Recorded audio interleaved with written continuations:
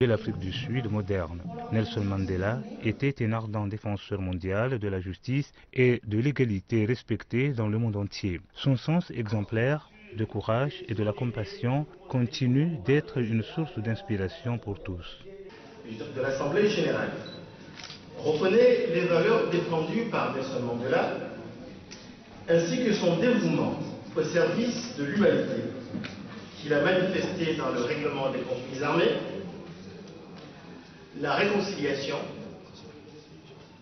la protection des droits de l'homme, de l'enfant, l'égalité des sexes, le combat contre la pauvreté et la promotion de la justice sociale. Nelson Mandela a beaucoup fait également pour lutter contre la pauvreté et l'égalité des races devant la justice. Et pour les Nations Unies, la vision du secrétaire général, c'est toujours préserver la paix. Et pour les autres idées qu'on venait de voir ici, Adi a bien dit, il n'y a pas de développement sans la paix, il n'y a pas de la paix sans le développement. Donc je pense que si on peut sortir ici avec ce deuxième mot, ce sera une bonne chose. La troisième chose que j'ai retenue, c'est aussi la tolérance. La tolérance. Plusieurs intervenants ont dit que Mandela était en prison, il était menacé, mais quand il a sorti de prison, qu'est-ce qu'il a fait? Il a pardonné.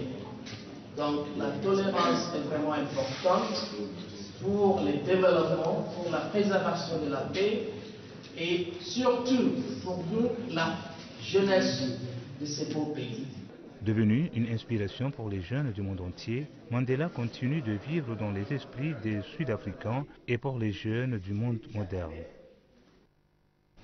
Nelson Mandela a lutté contre la ségrégation raciale. Cette journée est donc caractérisée par diverses activités d'intérêt général en hommage au premier président noir de la nation arc-en-ciel South Africa.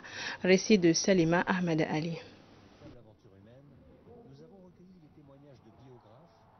La journée internationale Nelson Mandela fut proclamée par l'UNESCO le 10 novembre 2009, célébrée le 18 juillet de chaque année. Cette journée vise à commémorer la contribution de Nelson Mandela, militant pour la cause anti-apartheid. Il fut le premier président noir en Afrique du Sud pour la promotion d'une culture de paix. Durant cette journée, chaque citoyen de par le monde est appelé à consacrer symboliquement 67 minutes de son temps à une œuvre au service d'une collectivité en mémoire de ces 27 années de lutte pour la justice sociale, l'égalité, la réconciliation et la diversité culturelle. Le thème retenu cette année à l'occasion de cette journée est « Leadership de Nelson Mandela dans la lutte contre la pauvreté et l'inégalité. Soyez l'héritage ». À titre de rappel, le 18 juillet correspond à la date anniversaire de Nelson Mandela. La première célébration le 18 juillet 2010 correspondant à ses 92 ans.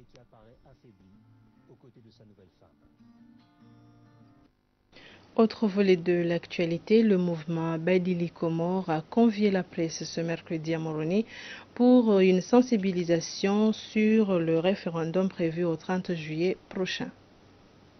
Des recommandations des assises. Les assises ont recommandé clairement qu'il ne faut pas faire des réformes constitutionnelles qui ne respectent pas la Constitution. Les assises ont dit qu'il faut une séparation stricte des pouvoirs, un équilibre de pouvoir entre l'exécutif, le législatif et le judiciaire.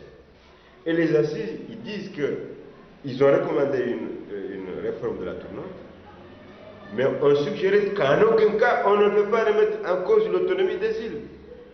Donc c'est un projet de constitution qui ne respecte pas la constitution actuelle, qui ne respecte pas les recommandations des assises, et c'est un projet constitutionnel qui marque un recul en termes de démocratie et en termes de droits. Et je dirais un dernier mot. Il y avait une liste de droits et de libertés défendus par la Constitution. Par exemple, la liberté d'expression, la liberté, une liste de droits. Moi, j'étais surpris de voir que cette liste est supprimée.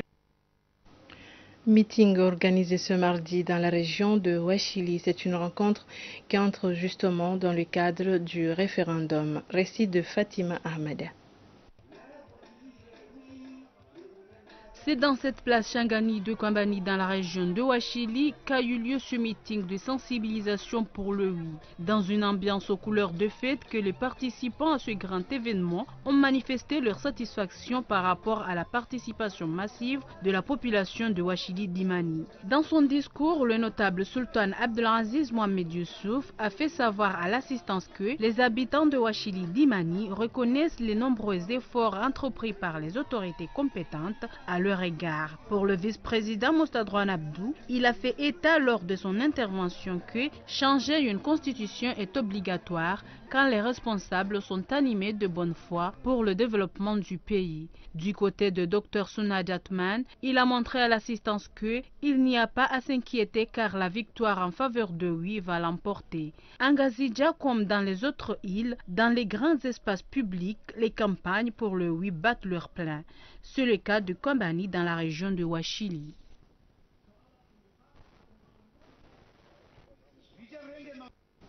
C'était donc le reportage de Mahmoud Saïdié du service communication de Beiti Salam. Maudine Siti Farouata, commissaire national au genre, a regroupé des femmes ce jeudi à Moroni pour les sensibiliser sur la tenue de ce référendum. La femme doit prendre en compte, car il y a une très grande prise en compte de la femme sur le projet de constitution une fois que le référendum sera voté. Non seulement ça, mais nous sommes à un tournant inédit de notre pays. C'est quelque chose de sincère, c'est quelque chose de vrai. Et donc, nous devons saisir cette opportunité qui nous est offerte, aux femmes, pour qu'elles puissent enfin se démarquer. La femme doit prendre les rênes. Quand je dis les rênes, elle doit participer à la vie de cette nation qui est la sienne. La femme doit prendre ses responsabilités. La femme doit faire partie des personnes dans les sphères de décision de ce pays. Il faut absolument que la femme soit parmi les personnes qui décident dans ce pays. Il faut qu'elle se démarque. Toujours dans le cadre du référendum, le représentant de la diaspora de la Réunion, Mansoub Mansour, tiendra ce jeudi à Moroni une conférence de presse sur ce sujet. La Réunion, c'est-à-dire je représente pas pour le consulat, mais pour le Comorien qui se trouve à La Réunion.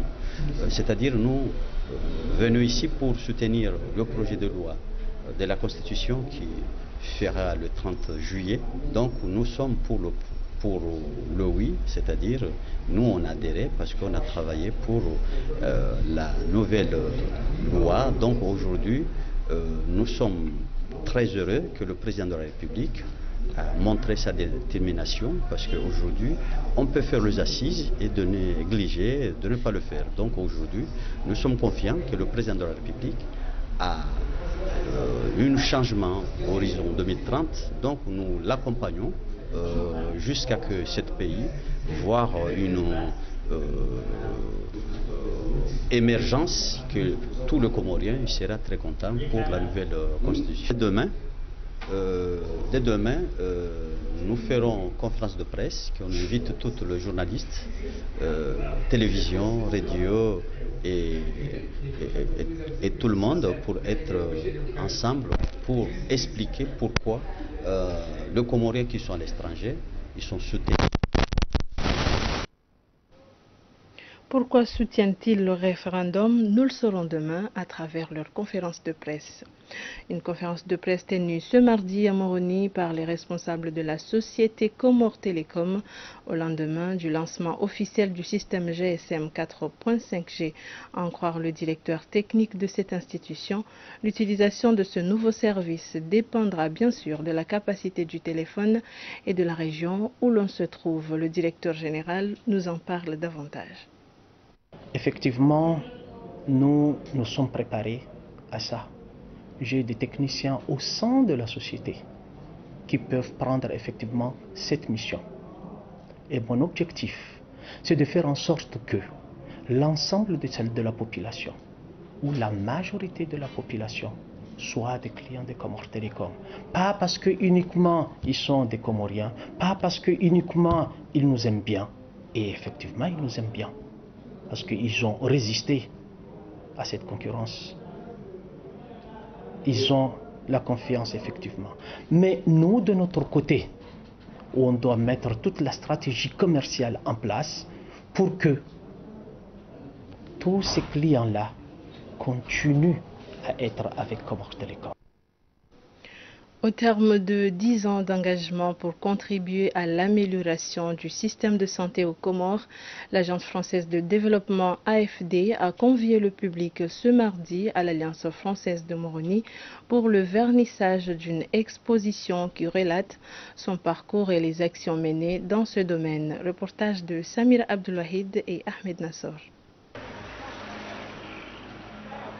2007-2017, 10 ans se sont écoulés depuis que l'Agence française de développement AFD s'engage à améliorer le système de santé en Union de Comores. Lors d'une cérémonie de vernissage, une quarantaine de photos des différentes structures de santé ont été exposées. C'est dans ce cadre que l'AFD accompagne les autorités dans la mise en œuvre d'importants programmes de réhabilitation, reconstruction et d'équipement. Un aspect bénéfique pour la résolution des problèmes de la population. Nous avons choisi le secteur sanitaire parce que c'est un des premiers besoins qui concerne la population, c'est d'avoir accès à la santé, c'est le premier des biens. C'est ce que nous avons voulu montrer à travers cette exposition. C'est des exemples de réalisations qui ont été faites pour que la population puisse être sensibilisée au travail qui est entrepris en collaboration entre l'Agence française de développement et les autorités comoriennes pour faire avancer le secteur de la santé aux Comores. Plus de 26 millions d'euros, dont 13 milliards de francs comoriens, ont été consacrés à ce secteur de la santé à travers de programmes qui appuient plusieurs réalisations. Il y a d'abord le fait de prendre en charge des soins pour les populations, particulièrement dans le domaine de la maternité, où nous avons pu développer un système qui permet d'alléger le coût des soins pour les mères qui préparent leur accouchement, ce qui contribue à réduire la mortalité maternelle et infantile à la naissance et qui a donné des résultats intéressants où il y a eu des progrès réalisés dans la baisse de la mortalité maternelle et infantile. Dans cette exposition, plusieurs centres de santé ont bénéficié de l'appui de l'Agence française de développement pour améliorer la prise en charge des malades. Donc nous avons dans l'exposition plusieurs exemples de contributions à des centres de santé, l'hôpital de Missamiouli, l'hôpital de Domoni, le centre sanitaire de Missoujedji. Donc il y a toute une série de centres de santé qui ont bénéficié de réhabilitation, d'équipements. C'est aussi le cas de l'école de médecine et de santé publique qui a bénéficié de travaux de réhabilitation, qui a bénéficié d'équipements.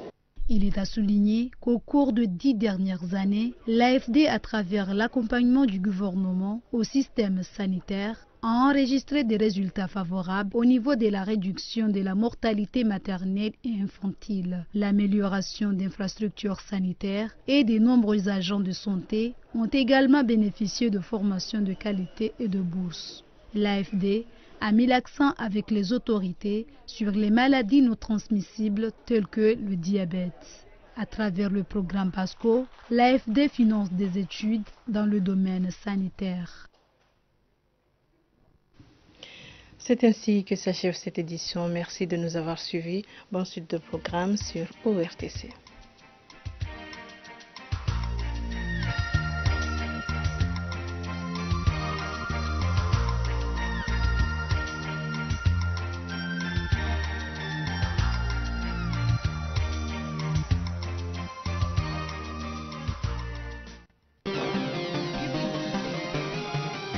ORTC, c'est la pub. ORTC, c'est la pub.